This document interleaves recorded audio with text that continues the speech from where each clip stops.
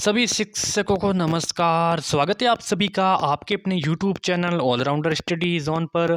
साथियों, रीट लेवल 1 और REET level 2 exam के लिए हमारी जो शिक्षण विधियों की डेली क्लास चलती हैं, तो आज भी हमारी शिक्षण विधियों की ऐसी क्लास हैं साथियों, ऐसी क्लास हैं और ये ऐसे प्रश्न हैं जो आपकी रीट लेवल 1 और रीट लेवल 2 एग्ज़ाम के लिए जो 27 फरवरी को होने वाला उनकी एग्ज़ाम के लिए जो सीधे सीधे छपने वाले ऐसे प्रश्न मैं आपके सामने लेके आया हूँ। तो आप सभी को कहीं पर भी नहीं जाना साथियों, कहीं पर भी नहीं जाना।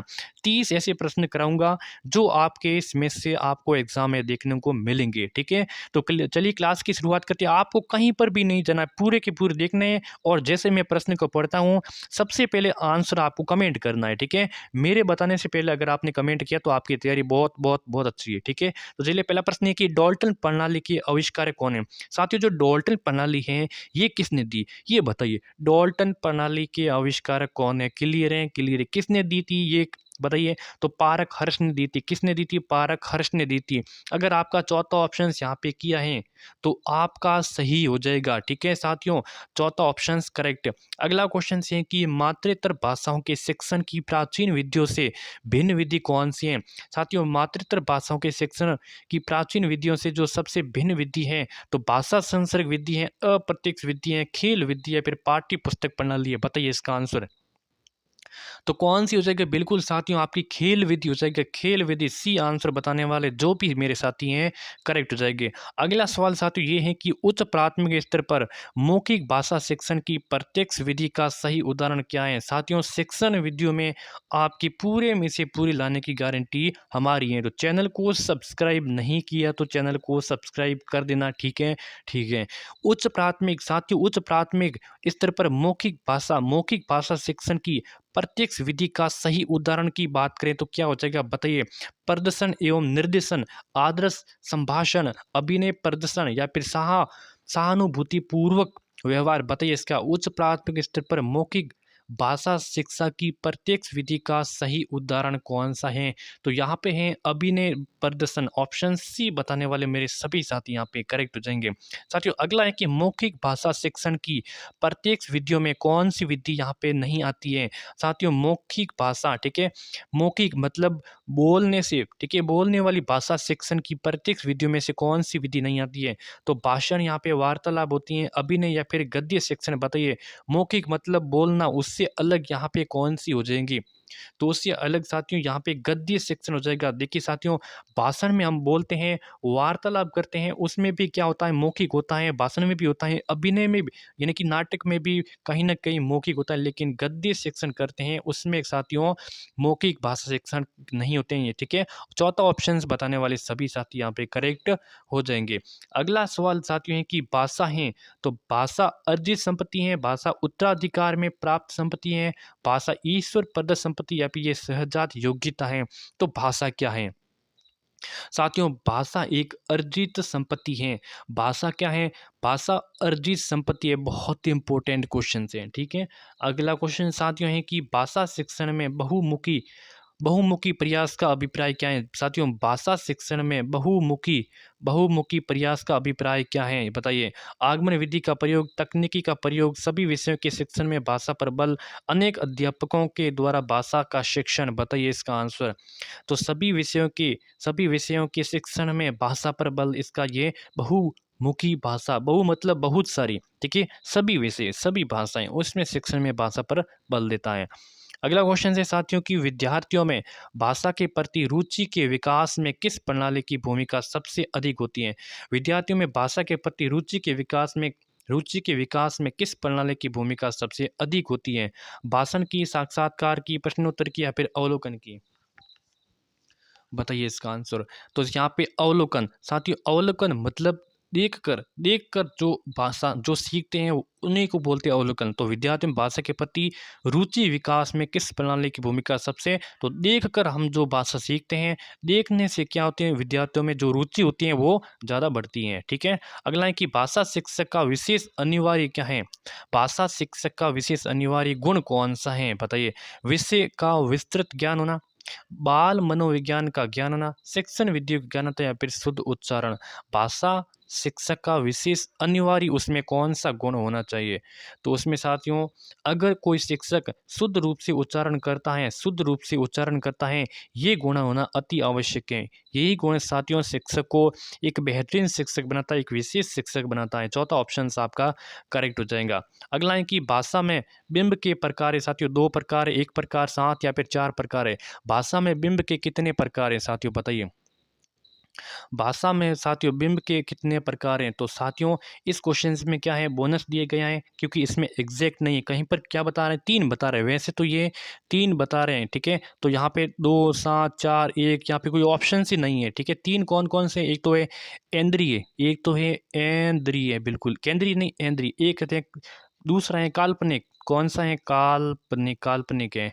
और तीसरा है साथियों प्रेरक है, कौन सा है? तीसरा है प्रेरक हैं, ठीक है। तो यहाँ पे नहीं है, तो 3 आपको याद रखना, भाषा में बिंब के 3 प्रकार है। क्लियर है? अगला क्वेश्चन, अगला है कि बालक परिवार में रहकर कैसी भाषा सीख जाता है? बालक होता है परिवार में रहकर कैसी भाषा सीखता है? तो सांकेतिक भाषा, लिखित भाषा, बोलचाल की भाषा, या फिर कोई भी नहीं।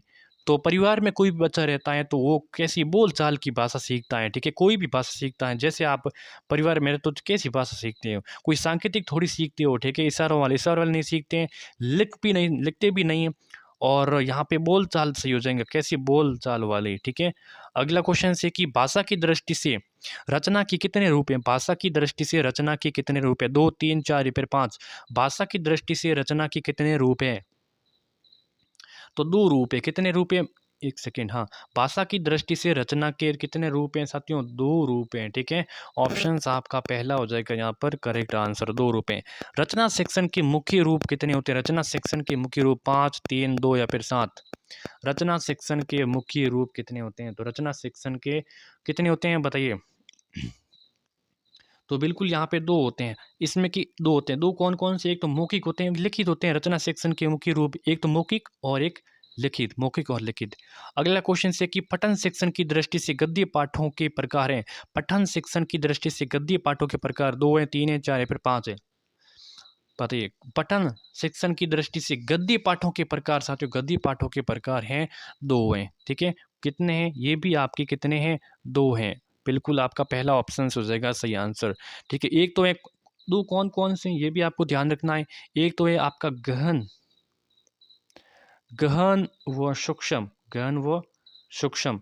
और दूसरा कौन सा है? दूसरा साथियों है पूरक एवं द्रुत, पूरक एवं द्रुत पाठ। बस नॉर्मल आपको याद रखना है। अगला है कि वैचारिक सामग्री है, तो वैचारिक सामग्री संरचना है, मूल विषय वस्तु हैं, शब्दावली हैं, या फिर व्याकरण के हैं? व्याकरण जो वैचारिक सामग्री कौन सी है? विचार करने वाली सामग्री साथियों, बताइए? वैचारिक सामग्री, तो यहाँ पे जो मूल जो विषय वस्तु होती है ना, उस पर विचार किया जाता है, वो एक क्या है?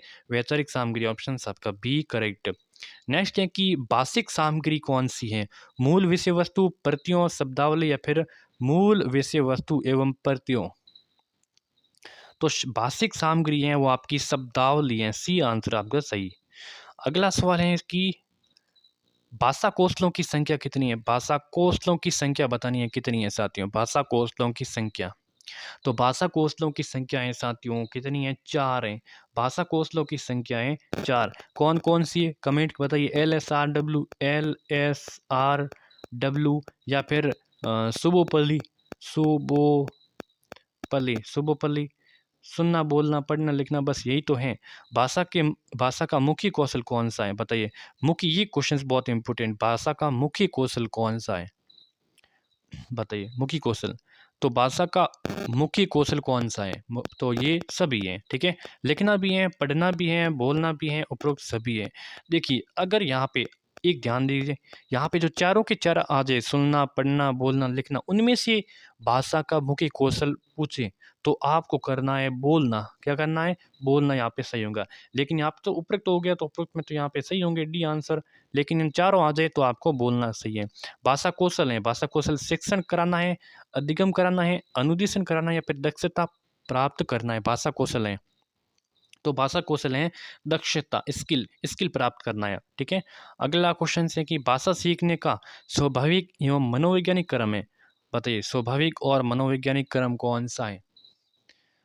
सुबोपली। क्लियर है? सुनना, बोलना, पढ़ना, लिखना। इंग्लिश में LSRW, LSRW, बस इतना याद रखना। अगला है कि भाषा कौशलों तथा सुनना, बोलना, पढ़ना, लिखना का विकास किस कक्षा तक पूर्ण हो जाता है? बहुत इंपॉर्टेंट है। इस सुबोपली का साथियों विकास होता है, ये किस कक्षा तक पूर्ण हो जाता है? किस कक्षा तक पूर्ण हो जाता है बताइए? तो LSRW ये चलती है, LSRW साथियों ये 5वीं कक्षा तक चलती है। कक्षा 5 तक ये क्या हो जाती है? पूर्ण हो जाती है। क्या हो जाती है? पूर्ण। कहाँ तक पूछ रहे हैं? कक्षा 5 तक। ठीक है। अगला है कि शिक्षण कौशल का उपयोग किया जाता है कक्षा के अंदर, कक्षा के बाहर, दोनों या फिर इनमें से कोई नहीं।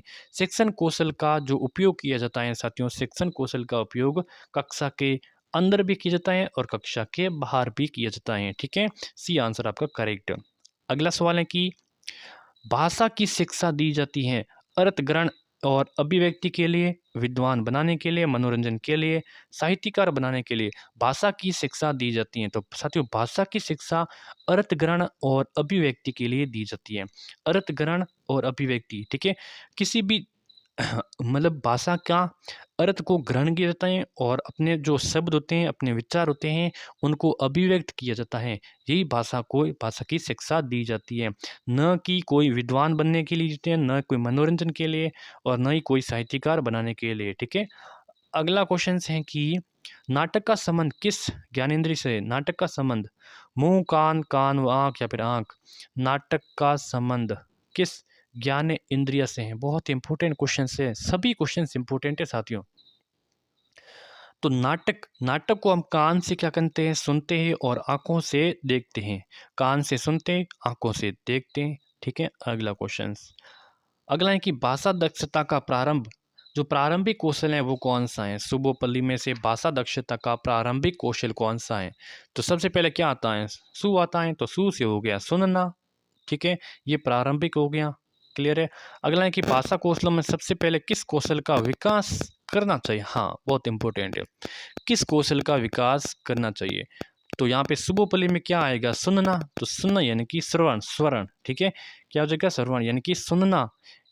इस कौशल का सबसे पहले विकास किया जाना चाहिए। ठीक है। अगला सवाल है कि खेल विधि को प्रचलित करने का श्रेय किसको दिया जाता है? वेरी वेरी इंपॉर्टेंट है खेल विधि। हेनरी कोल्डवेल कुक, बहुत बार आता है यही repeat. Henry Caldwell Cook, Henry Caldwell Cook. श्रवण कौशल को विकसित करने के लिए उपयुक्त प्रणाली कौन सी है? व्याख्या, तुलना, गीत प्रणाली, खेल सामग्री। देखिए श्रवण कौशल यानी कि सुनने को जो विकसित करने के लिए उपयुक्त प्रणाली है, सुनने के लिए उपयुक्त प्रणाली है तो खेल प्रणाली है। कौन सी है? खेल प्रणाली है। बोलो क्लियर है यहाँ तक? बिल्कुल। मौखिक अभिव्यक्ति कौशल का विकास करने का सशक्त माध्यम है। मौखिक अभिव्यक्ति कौशल का विकास करने का सशक्त माध्यम कौन सा है? तो यहाँ पे जो सशक्त माध्यम की बात करें तो मौखिक के लिए देखिए विद्यालय पत्रिका को होना आवश्यक नहीं है, नाटक भी जरूरी नहीं है, वाद विवाद या फिर क्विज कार्यक्रम। तो यहाँ पे वाद विवाद है वो मौखिक अभिव्यक्ति कौशल का एक सशक्त माध्यम हो सकता है। सी आंसर बताने वाले सभी साथी सही हो जाएंगे।